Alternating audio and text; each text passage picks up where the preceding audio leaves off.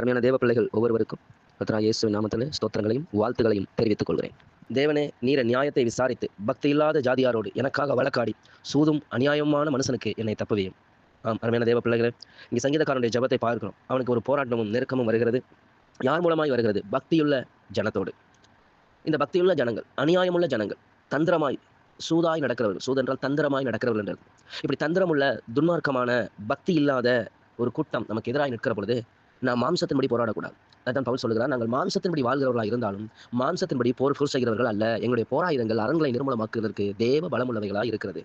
இதுதான் இங்கே சங்கீதக்காரன் செய்கிறார். கர்த்தாவே, நீர் என் நியாயத்தை விசாரித்து, வேதம் சொல்றது, அவர் உங்களை விசாரிக்கிறவரானபடியால் உங்கள் கவலைகளை எல்லாம் அவர் மேல் வைத்து விடுங்கள். அப்ப இன்றைக்கு நம்முடைய வாழ்க்கையில நம்மை விசாரிக்கிற ஒரு தேவன் உண்டு. நமக்கு விரோதமாய் போராடுகிற எதிர்த்து வருகிற மனிதர்களை கண்டு நாம் பயப்பட வேண்டியதும் இல்லை.